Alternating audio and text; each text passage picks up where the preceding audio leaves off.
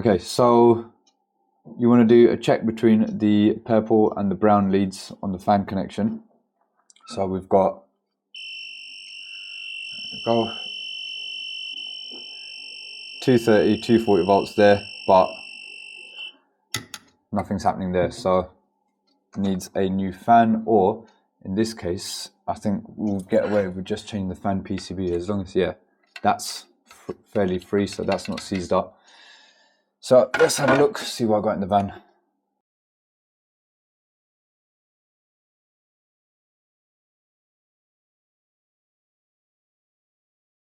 How are we doing, everyone? Happy Sunday. First week's done. We're in to 2024. How about that? Unless some of you guys are still off, in which case, hope you've had another good week off. I've been back to work since Tuesday. Just needed to get back into it. It's been a bit of a struggle. The first day was a bit of a struggle, but by today, yeah, I'm sort of back into the swing of things, which is good, because as much as it's nice to have that time off work, I need to get back into it to sort of keep myself in routine and keep the cogs in here moving as well. But this video, again, it's all breakdowns because it's been in the thick of silly season. This one was done, I think, end of November.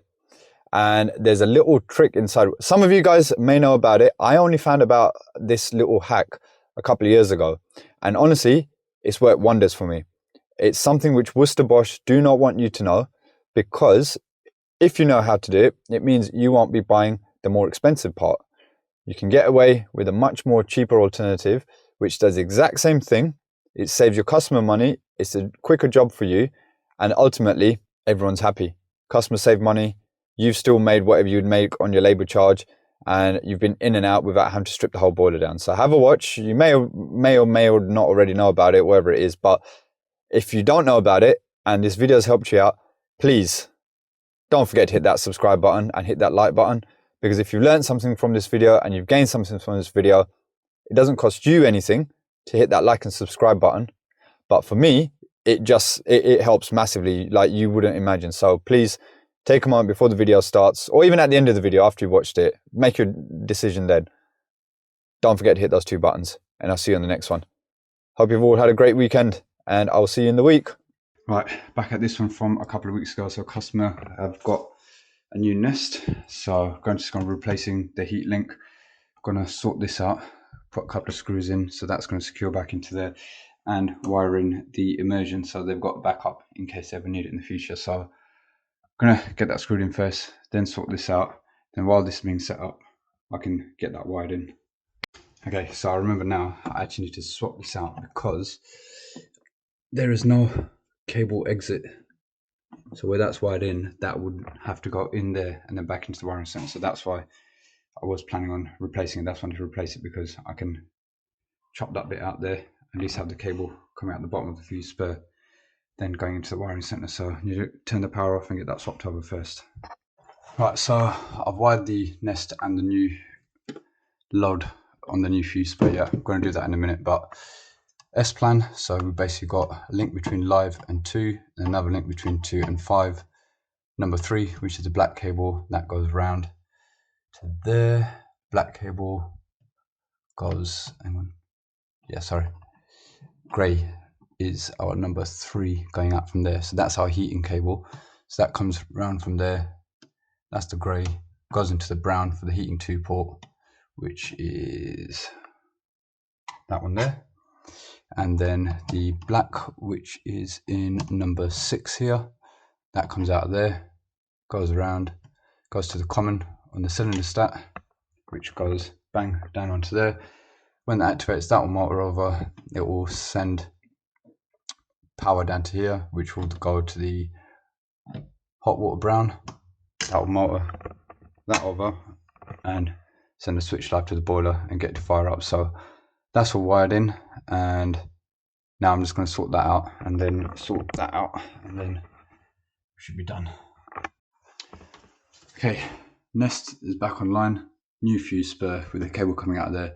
So that's all been set up on the customer's app again, so that's all working. Immersion, wired it in, get 2.5 heat resistant flex on a 13 amp plug, so that's long enough to reach there, and also long enough to reach up there. So that can stay coiled up for the time being. That's done. I'm done. Okay, so this job where, let's get a bit of light on. I've got a problem with the underfloor heating apparently.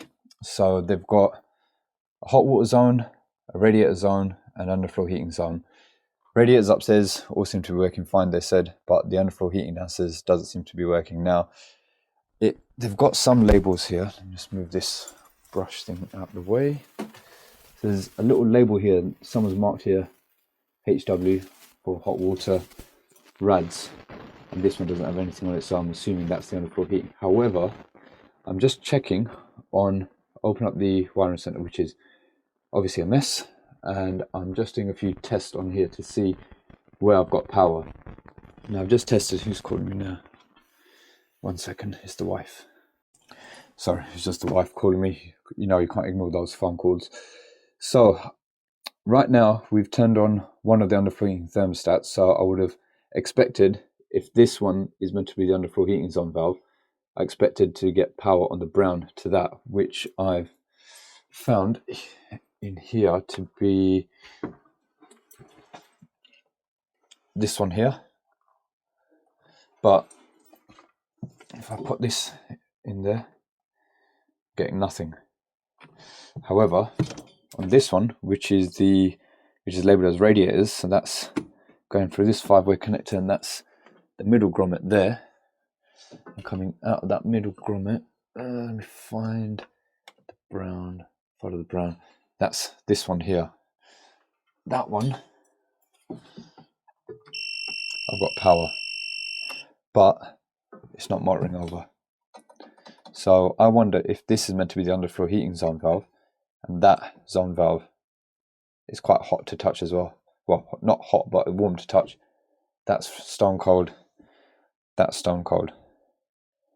I got a feeling this is the underfloor heating zone valve, and the motor's burnt out because I can definitely feel something buzzing there, but nothing's happening. What I'm going to do, I'm going to go and find the thermostat for the radiators and try and activate that, because that should then turn on one of these on valves, which will tell me, confirm which is the heating one, and then the hot water one. Well, again, I'm assuming it's this one, but I will turn on the hot water from here. Let's actually do that first here. So if I put hot water on for extra hour, yeah, that's motoring over. So I know it's not that, so let's turn that off. And that springs back. I'll turn it off. Bingo. Right, let me find the central heating one. So there's one up here. So downstairs is all underfloor heating. Upstairs is all radiators. So I've turned that on. Now that should let this one open, which it doesn't. What about this one? That one opens. Okay, so I was right. That's the radiator one where they've put rads here. That's wrong. That's the underfloor heating one. So I'll leave the camera here. I'm going to go and turn the thermostat down, and we should see. Shut down.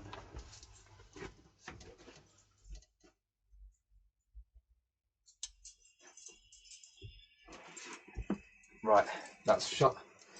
So I've got a feeling, got a faulty synchro motor in the zone valve. So I'm going to go downstairs. I'm going to go to my van, see if I've got a spare synchro motor. If not, I've got another 2-port Honeywell motor in the van anyway, and hopefully that should be it. We should be able to swap it out. Van stock, always got one of these on the van, so we know that's dead. We've got power here, so all I'm going to do, disconnect it from the 5-way connector, swap out the synchro motor in there, and we'll retest it.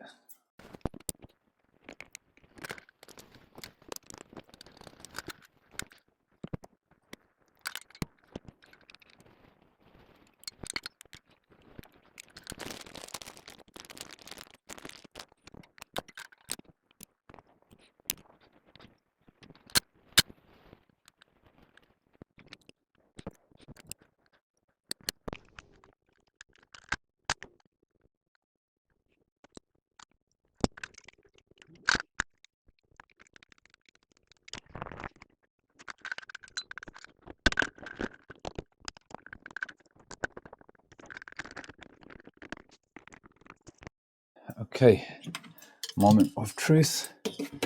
plug in the 5-way. There's very demand on, so let's let that flip back.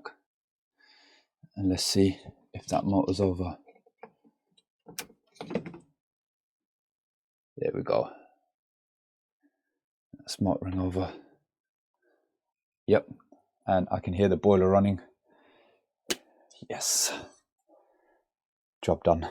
It's a bit of basic testing. Find out what the problem is. Get it sorted. Get out of here. Right, so emergency call out. I've got a Greenstar 24i Junior. Apparently it's not working. Customers have just come back from a few days away and the boiler's not doing anything. So let's turn it on and see what's the error code. Okay, pump's running, but I don't think anything else is.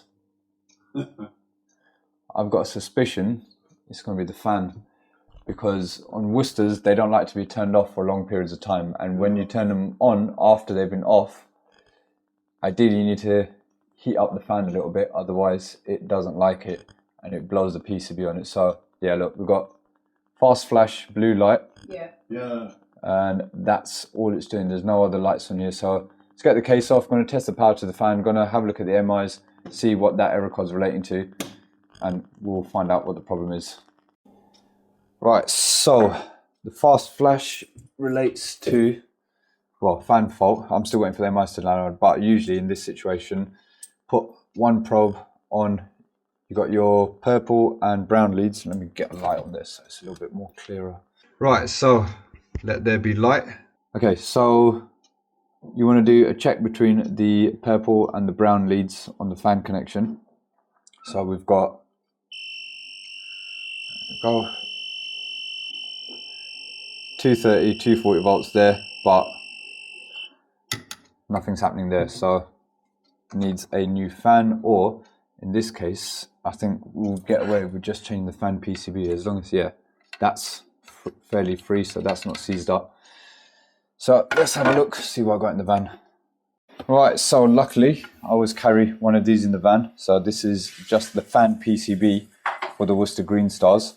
It's a brand new PCB, because in most of the cases that's all that's wrong with it. It's just the board on there. The actual fan itself, sometimes the bearings go and it seizes up, but this one, it's spinning freely. So by changing just the PCB over, that's going to get the problem sorted out. And to do it, it's literally, you got 1, 2, 3 T20 screws. Take that off. There's another T20 screw up there, which holds the actual PCB onto it. I'll show you as I take it off. It's fairly straightforward.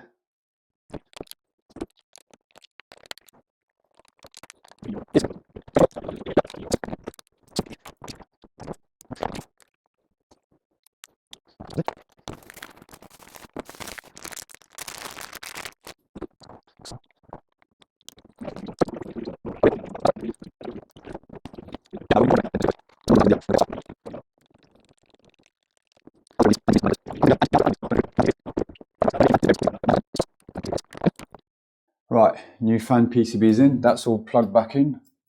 Let's give it some power. Want to see the little blip on there?